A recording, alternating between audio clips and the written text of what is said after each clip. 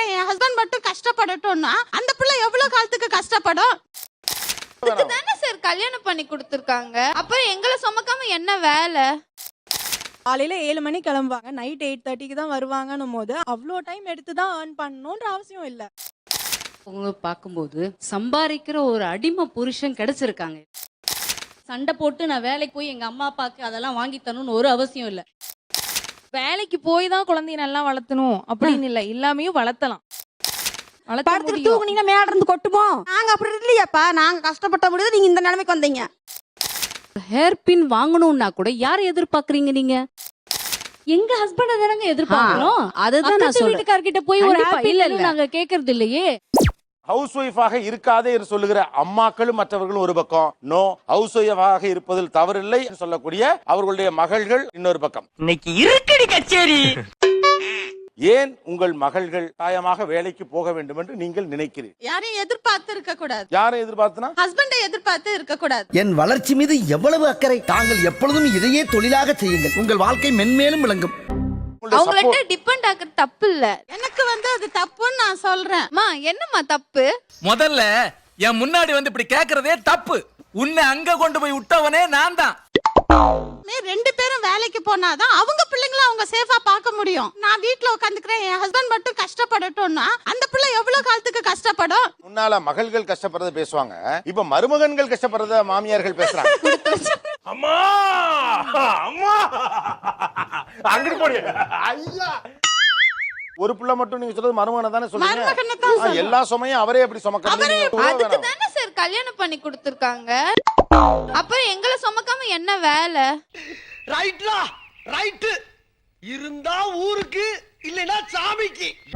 வேலைக்கெல்லாம் போயிட்டு வந்து எனக்கு அப்படியே டயர்ட் ஆயிடும். பாப்பா எல்லாம் பிறந்துருச்சுன்னா நான் அவங்க கூட தானே ஸ்பெண்ட் பண்ணோம்.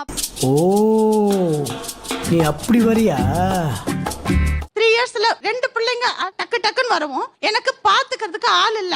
நாங்க பொருளாதாரத்துல உயர்றதுக்கு ரொம்ப கஷ்டப்பட்டோம். உனக்கு அப்படி கிடையாது. உங்க மாமியார் இருக்கிறாங்க, நான் இருக்கிறேன். நாங்க 2 பேரும் மாத்தி மாத்தி பிள்ளைய பாத்துக்கிறோம். உனக்கு என்ன கவலை?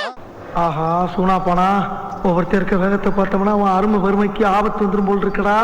ரொம்ப கவனமா டீல் பண்ணி ஆட்டத்தை கலைச்சிடுறாசா. இருந்தாலும் நான் என் பாப்பா கூட இருக்கணும். பாட்டி போயிடுச்சுன்னா அப்புறம் நானு பகலெல்லாம் வச்சுக்க போறேன், நைட்டு நான் வச்சுக்கணும்னு முடியாது இல்ல. இந்த அம்மா வச்சுக்கோன்னு நான் சொல்லிட போறேன். வந்தோடனே படுத்து தூங்கதான் தோணும். எப்படி சார் விளையாட முடியும்?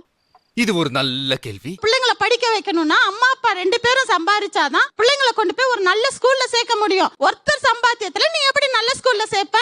ரொம்ப பேசுறாங்க சார். அப்படிங்களா? ரொம்ப ரொம்ப சாரி சார். அப்படித்தான்டா பேசுவேன், அப்படித்தான் பேசுவேன்.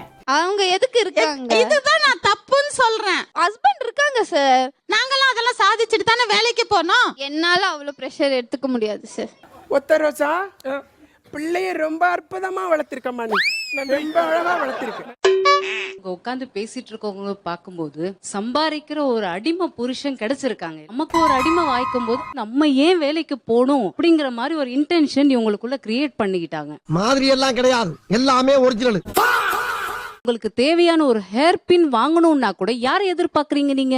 எங்க ஹஸ்பண்ட தானங்க எதிர்பார்க்கணும். அதுதான் நான் சொல்றேன். வீட்டுக்காரர்கிட்ட போய் ஒரு ஹேப்பி இல்ல நாங்க கேக்குறது இல்லையே. இருங்க, எங்க வீட்டுக்காரர் அடிமையா வச்சிருக்கோம் நீங்க நினைக்கிறீங்க. எங்க வீட்டுக்காரர் சம்பாத்தியத்துல நாங்க ஹாப்பியா தான் இருக்கோம். இப்படி ஒரு நல்லவங்க கிட்ட வந்து மாட்டிருக்கமே. உங்க பொண்ணு தானே இவ்வளவு கிளியரா பேசுறாங்களே, இவங்களே வேலைக்கு போய் சொல்றீங்க. தேவையானதை அவனால வாங்க முடியல. முழு கதையும் சொல்றானே. நான் நிறைய சம்பாரிச்சு உங்களுக்கு வாங்கி தரணும்னு ஆசை, ஆனா வேலைக்கு போக பிடிக்கல அப்படின்னு சொல்றாரு.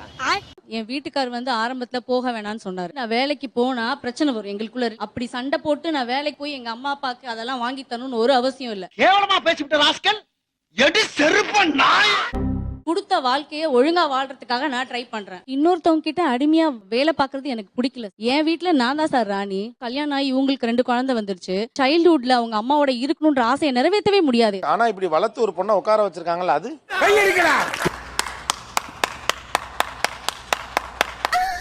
உங்க புள்ள நாளைக்கு ஒண்ணு சொல்லக்கூடும். சார் அம்மாலாம் வேலைக்கு போயிரு சார், 24 மணி நேரம் கூட உசுறு எடுப்பாங்க. பழத்தை கட் பண்ணி நீயே சாப்பிடணும், தட்டை கொண்டு போய் நீயே கழுவணும், கூட உசுறு எடுத்திருக்கீங்க நீங்க. ஆக்சுவலா இப்படியும் கூட நீங்க அதை பேசலாமே. நக்கலு இந்த மாதிரி ஒரு கிணத்து தவளை வந்து வீட்டுக்குள்ள இருக்கிறது கிணத்து தவளை இல்ல அப்படி கிடையாது. இந்த துணிச்சல் எத்தனை நாளைக்கு சார்? நீங்க வேலைக்கு போறீங்கல்ல, இதுல ஒரு செல்ஃப் கான்பிடன்ஸ் சம்பாதிச்சிருக்கீங்கல்ல, அது எத்தனை நாளைக்கு? கொஞ்சம் ஓவரா பேசிட்டோமோ? 2 பேரும் ஒர்க் பண்ணா நல்ல கம்ஃபர்டபிள் லைஃப் லீட் பண்ணலாம். மணி வந்து அப்புறம் எப்ப வேணா earn பண்ணிக்கலாம். அப்படியா? ஆமா சார், கண்டிப்பா. இப்ப இந்த பேம்பர்ட் கிட்டுங்கெல்லாம் இப்படிதான் பேசும். மணி எப்ப வேணாலும் earn பண்ணிக்கலாம். நாளை காலையில நான் போன உடனே 4,80,000 44,034 ரூபாய் கொடுப்பாங்க அப்படிங்கறதெல்லாம் நீங்களாவே நம்புறதுதான். காலையில 7 மணி கிளம்புவாங்க, நைட் 8:30க்கு தான் வருவாங்கன்னும் போது அவ்வளோ டைம் எடுத்து தான் earn பண்ணணும்ன்ற அவசியம் இல்ல. ஹஸ்பண்ட் earn பண்றாரு, இவ்ளோ சாக்ரிஃபைஸ் பண்ணி போக வேண்டாம் தான் சார் சொல்றோம். சூத் எரியுது guys, சூத் எரியுது. இந்த ஆம்பளைங்க வேலைக்கு போயிட்டு வந்து நம்மள டார்ச்சர் பண்ணுவாங்க பாருங்க. தப்பாக்குதுண்ணா. நாங்க வீட்டுல சும்மா இருந்ததுனால அது என்ன ஆகுதுன்னா, வீட்டுல சும்மா தானே இருக்க, லுங்கி துவைச்சு போடலையா, இந்த பனியன் துவைக்கலையா, அப்போ ஒரு வேலைக்காரியாவே நாங்க வாழ்ந்துட்டோம் இவ்வளவு காலமாவே. இது எங்களோட போட்டோம். தெரிஞ்சிக்க புரிஞ்சிக்க, கரெக்டா இருந்தா புரட்டா. சாயங்காலம் வந்ததுல இருந்து பேச்சு அதான் வரும். சும்மா இருக்க வீடு எப்படி கிளீன் பண்றது, எப்படி துணி துவைச்சு போடுறது, அப்ப சோறு எப்படி வந்துச்சு, இதெல்லாம் யார் செய்யறது? நம்ம தானே செய்யறோம். அடச்சே, இந்த பாவிய மொத்த மாட்டி மூட்டை கட்டானே. பெரும்பாலும் நீங்க வீட்ல இருக்கிறப்ப நீ காலையில இருந்து வீட்ல தானே இருந்தேன்னு ஒரு பேச்சு வரும்ல. சும்மா இருக்கேன்றாங்க பாருங்க, அது தாங்க முடியலங்க. கேப் விடுங்க, சும்மா இருங்க. ஒரு கட்டத்துக்கு மேல சும்மா தானே இருந்த, இதை கூட செய்ய மாட்டியான்னு சொல்லுவார். அப்ப அந்த பேச்சு உங்களுக்கு வரும்ல, அதை நீங்க ஹேண்டில் பண்ண முடியாது. அதுக்கு பதிலா வேலைக்கு போயிடுங்கிறாங்க.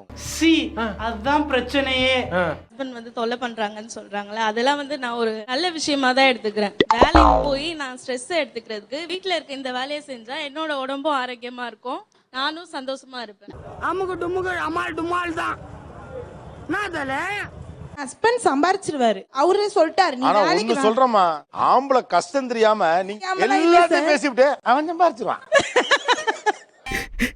என்னடா இழிச்சவாய பாருங்க. எக்ஸ்ட்ரா அடிஷனல் ஒரு இன்கம் இருந்ததுன்னா ஒரு குடும்பத்துக்கு ரொம்ப நல்லது. இருந்ததுன்னா நல்லதுதான், ஆனா எனக்கு அது தேவை கிடையாது. எனக்கு 2 கடை வச்சிருக்காரு, அவருக்கு ஏர்னிங் நல்லா வருது, நான் ஏன் போகணும்? எனக்கு அவசியமே கிடையாது. 10 வருஷமா ஆனாலும் என் ஹஸ்பண்ட் என்ன தாங்குவாரு. எவ்வளவு அடிச்சாலும் தாங்குவான்னு தான் பார்த்து கட்டிருக்காங்க. நானும் பழிக்காத மாதிரியே எவ்வளவு நேரம் அடிக்கிறது.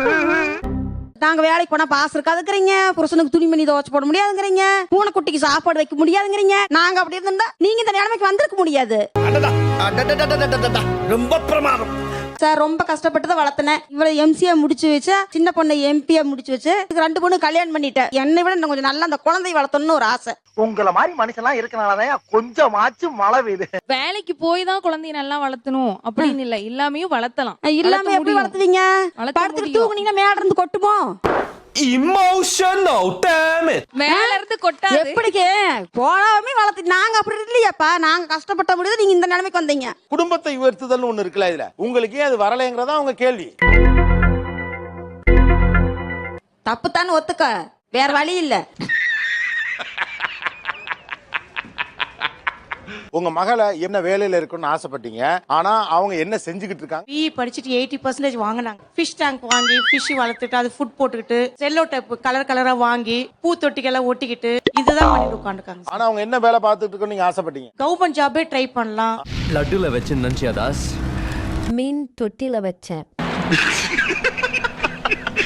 சைல்டு சைக்காலஜி படிக்க வச்சு மித்த குழந்தைங்க எல்லாம் தெரப்பி கொடுப்பான்னு பார்த்தா அவளோட குழந்தைய மட்டும்தான் பர்சனலா வந்து அவ பாத்துக்கிறாங்க. எம்எஸ்சி எம்ஃபில் படிச்சு காலேஜ் லெக்சரா ஆக்கணும்னு நினைச்சேங்க. ஆனா வந்து வீட்டுல உட்காந்துட்டு ஃபேஸ்புக் பார்த்துட்டு வாட்ஸ்அப் பார்த்துட்டு டைம் வேஸ்ட் பண்ணிட்டு இருக்கா. என்ன பப்பி சேமாக்கிட்டல மட்டமாவே